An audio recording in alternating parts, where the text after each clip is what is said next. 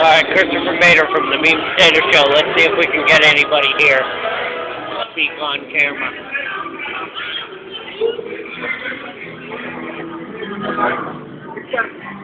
All right, you're going on camera. I don't care. Name. Hey, how you doing? My name is Kristen Volunteer Stafford. And you pretty much, you and Skype pretty much put this party together, didn't you? Yeah, we did with Brad Wyatt, but Brad Wyatt was just like the front man. No, I'm only kidding. Well, he pretty much owns the building, so. Yeah, he pretty much owns the building, but,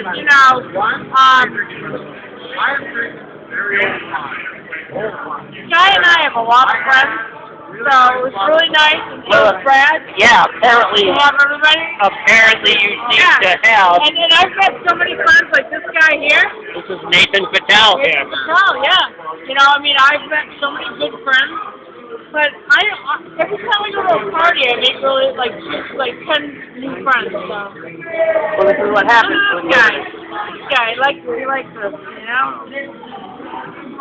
Thank you so much. Oh, yeah, you're welcome. Yeah, when were you born? So this was like a decade older than you. See if we can get some more drunk people on here. It's fun. It's fun.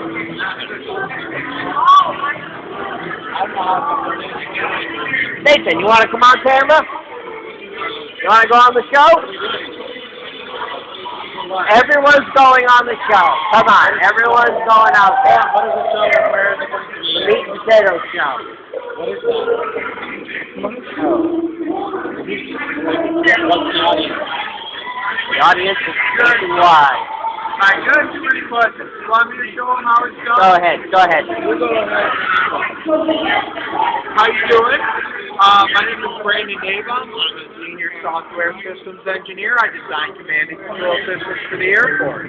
Excellent. And I'm just here at the Liberty Tea Party here in Worcester, Massachusetts, having a great time, enjoying some of the folks from the Tea Party, from the Liberty Movement. We're all getting together, having a good time, and finding out that we have some common enemies. Of course we do. How do you feel about Jamal Patrick not showing up at Hanscom Air Force Base to welcome home the bodies of our lost soldiers when Mitt Romney, who everyone said he's not conservative enough, showed up every single time they came home for that sad last journey? You know, being someone who works on Hanscom Air Force Base, I see firsthand the sacrifice that our soldiers make. I see, the parade and the caskets that come by, and I'm reminded constantly of the sacrifice that our soldiers made. And I just wish that everyone understood. I have a brother who went over to Iraq 4 times on 4 tours. And I just wish everyone understood the sacrifice that all of our men and women made. And the time they spend away from their families and the sacrifices that they make for our country. It doesn't even matter if you agree with the war or don't agree with the war. The fact is that we are at war, and we must always get to that side where we pay homage and where we respect the families, their ultimate sacrifice that they do. I was the youngest of 5 brothers, and every single one of them served in the armed forces. And I have to say, you can be against the war, just don't be against the war. Our servicemen and women go overseas. They don't have a choice. And so, regardless of how you feel about any single war or altercation, our servicemen and women sacrifice. They go over without hesitation, and they deserve our respect. And when they come back, they deserve our support for the rest of their lives because they've sacrificed for us. So I think we can sacrifice for them. Do you think we might revisit another post-Vietnam where our soldiers are? I don't want to say they're going to be spit on, but they're not adhered enough as they should be. You think we might revisit that? You know what? I think that as much as the Vietnam era was before I was born, and I have a family member who's on the Vietnam Memorial who died over in Vietnam, I think that with all of the divisiveness, I truly believe we're actually coming together, and the people who are against wars and against going over to foreign lands understand that it's not the soldiers, right? You can criticize the policy without criticizing the person. You can be against the war without being against the war. And in that way, I truly believe that we can come together and we can have a civilized manner. Because spitting on people when they serve their country and coming back, that doesn't solve anything. That just makes things more divisive, you know? And I saw, there was a recent, with the protest in Egypt, I saw a sign that I thought was so amazing. It said, it was two Egyptian women holding a sign saying, I love America, but Obama supports terrorism.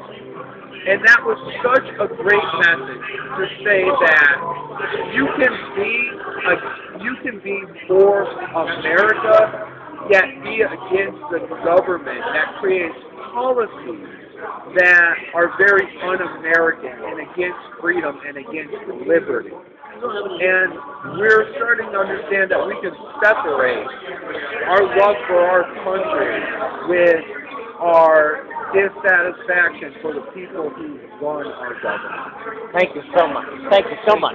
Thank you for being here tonight. Thank you. Come on, Nathan, get on the air. I have more to say about Get on the air. Nathan, talk about your student organization that you're doing here. So I just finished my time at UMass Amherst. I studied political science, and during my time there, I started and ran an organization called the New England Executive Society, which mainly is to spread the ideas of Ayn Rand by distributing literature and resources and giving students the opportunity to discuss and apply the ideas.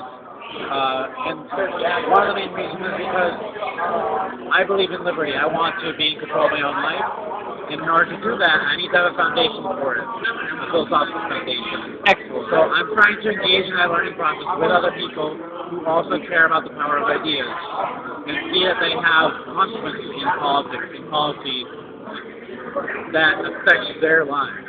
Excellent. Very good. Thank you. And you were at the 2012 Tea Party rally, weren't you? And you spoke out there. I was. I was the MC. I introduced you. That's okay. Yeah. That's where you remember me. Yeah. So that was. So I introduced Andrew Bernstein. Yes, you did. Yeah, but you had a great speech yourself that you had said. Basically, what I had to say is the same thing I always have to say. And that we're always going to be going up against the time. We're always going to be challenged by the status quo, but it's worth it to discover the moral foundation of capitalism and freedom before we go around trumpeting that which we supposedly believe in with no basis for it. So my message then, and what my message always will be, is just that our lives belong to us, and we need to really dedicate ourselves to defending what we believe in consistently and relentlessly and morally, and not ever cede that to the other side. Well, Nathan, thank you so much for being on the show.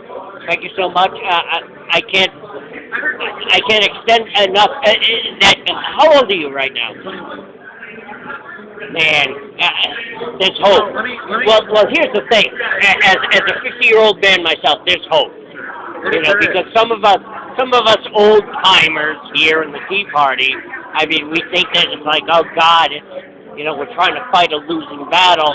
But when we see somebody like you trying to come on and trying to speak, I think that is amazing. Well, Go ahead. A couple of concrete examples real quick, because I only talked about vague abstractions, it seems like. But in terms of concrete examples, I'm helping Young Americans for Liberty start chapters around Massachusetts. In the last month, I've helped them start chapters at UMass Dartmouth, UMass Lowell, Northern Essex Community College. I've reached out to some folks in Maine too to help start chapters there. I've worked with Students for Liberty, separate organizations. And some of these are very liberal colleges that you're involved in, aren't you? Yeah. Well, you know, the beauty of being pro-liberty is that you're not necessarily beholden to a party. I consider myself socially liberal and fiscally conservative. So there's overlap with Democrats and Republicans, more Republicans. But it's not about the numbers for me, it's not about the party, it's about the principles. And these are principles that everyone shares deep down, but most people are not consistent with them. And what I'm seeing more and more is that it's a message that really resonates with students. And that movement is growing, the student movement is growing, and there are numbers on it. The numbers are Young Americans for Liberty recently passed the 500 chapter milestone a couple months ago. It now has, I think, 504 chapters. Students for Liberty has 950 member organizations worldwide. Wow. Last year they had over 1,400 students at their international conference in Washington. They had hundreds of students at their conference in Brazil, and in Chile, and in Germany. They have other conferences coming up around the world. So you've just not only gone national, you've gone international. Well, those are not organizations that I started. I'm saying that I've branched out and I've worked with them. That you're affiliated. Yes, that I've taken advantage of their momentum and tried to done my best to work with them so that we can learn and achieve these values together.